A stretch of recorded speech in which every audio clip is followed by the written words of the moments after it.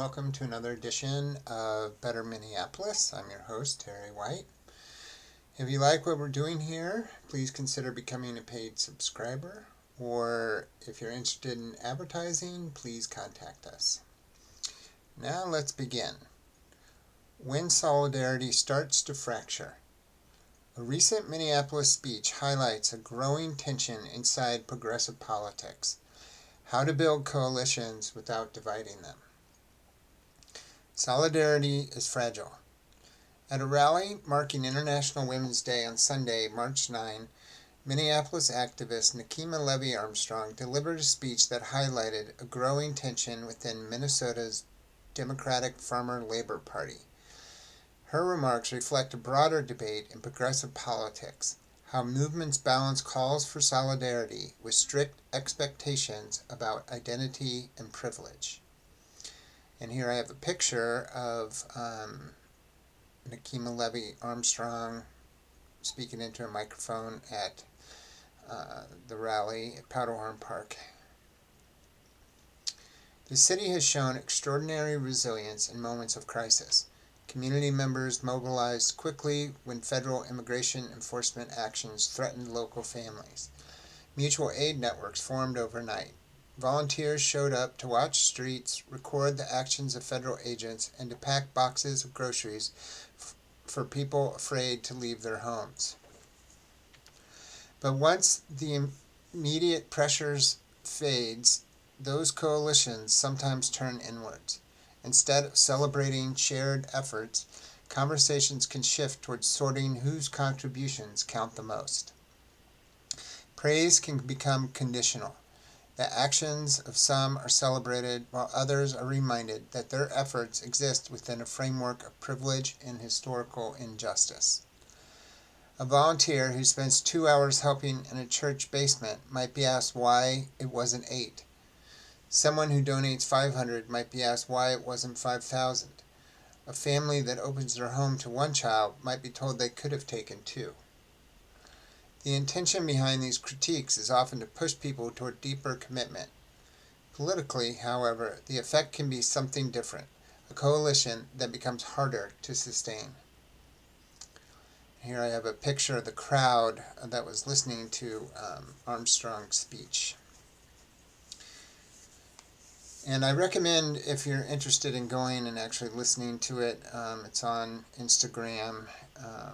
The version I have was by @DWillModel. If you search for Armstrong, you can probably find it. There's a link here in the post. So here's the excerpt. We will not be silenced. We have to stand together. So let's continue to stand up for women. Let's continue to stand up for immigrants. Let's continue to stand up for our LGBTQIA community. We stand with trans women.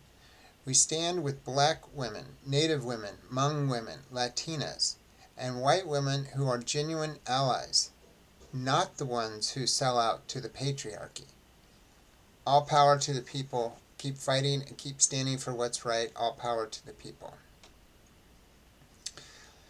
Parts of this message raise questions about how inclusive coalitions are meant to function in practice. If the goal is unity, the language introduces distinctions that can be difficult to reconcile.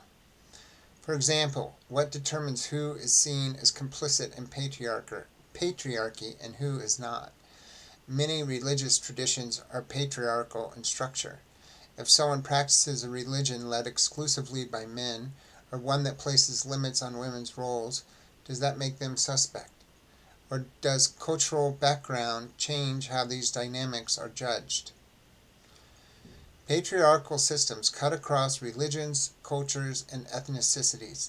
Yet rhetoric like this often distributes criticism unevenly. The burden of confronting patriarchy falls most heavily on white women, who are warned against, quote, selling out, but left to interpret what that means on their own. In practice, only those who successfully navigate how to live outside this system are welcomed into the coalition.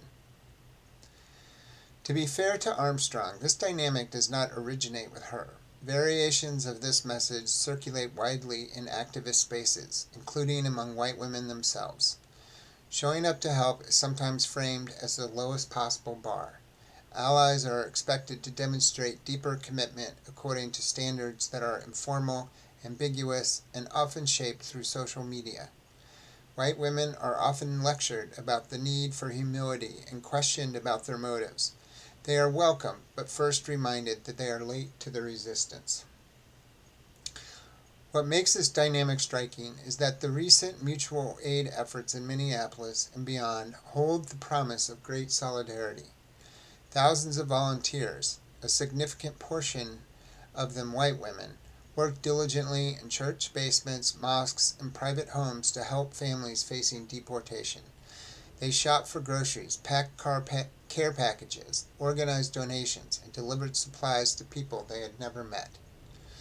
That kind of civic effort deserves to be celebrated without caveats. Introducing divisions based on identity risks overshadowing the very spirit of solidarity that made the effort possible. Here are the picture. I have 5 of these rebellion loons. I have friends everywhere. The symbolism of resistance coalitions has surfaced in unexpected places. Recently, a meme circulated online blending Minnesota's state bird, the loon, with imagery from the Star Wars series Andor. The connection is resistance. In the show, scattered individuals quietly working against an oppressive regime recognize one another with a simple phrase, "I have friends everywhere." The phrase is meant to let allies know that you are part of the resistance effort. Those involved contribute in different ways. Some take greater risks, some play supporting roles, but the movement depends on all of them. Once movements begin narrowing membership, excluding people based on identity or perceived ideological purity, the coalition inevitably shrinks. We were reminded of this idea while listening to an interview with writer Rebecca Solnit. She suggested it may be time for a new model of resistance, one that doesn't rely on a single heroic figure. Instead, the model may be communities of people bound together by shared values and a commitment to a more just future. While we often look to politicians or activist leaders to act as spokespeople, the emerging paradigm may be more hive-like in nature, with no single person defining the group's meaning. The mutual aid effort in Minneapolis offers a glimpse of that model. Volunteers step forward to help families facing deportation, organizing supplies and coordinating support networks. Most of them did not know one another beforehand. What connected them was a willingness to help. That kind of civic energy is powerful, but movements hoping to translate energy into lasting change must eventually build broad political coalitions. Minnesota itself is now closely divided politically, with a legislature that often struggles to produce durable policy. If either party hopes to enact meaningful change, it will need to expand its appeal beyond its most committed activists, especially on a national level. Winning elections and governing effectively requires a coalition of people who may not agree on every tenet of a platform, but are willing to work together towards shared goals. The Rebel Alliance in Star Wars succeeded not because its members were identical, but because they accepted a wide range of people willing to join the cause. Real political coalitions require the same thing: welcoming imperfect allies and recognizing that large movements are built through many different kinds of contributions. Thank you for listening.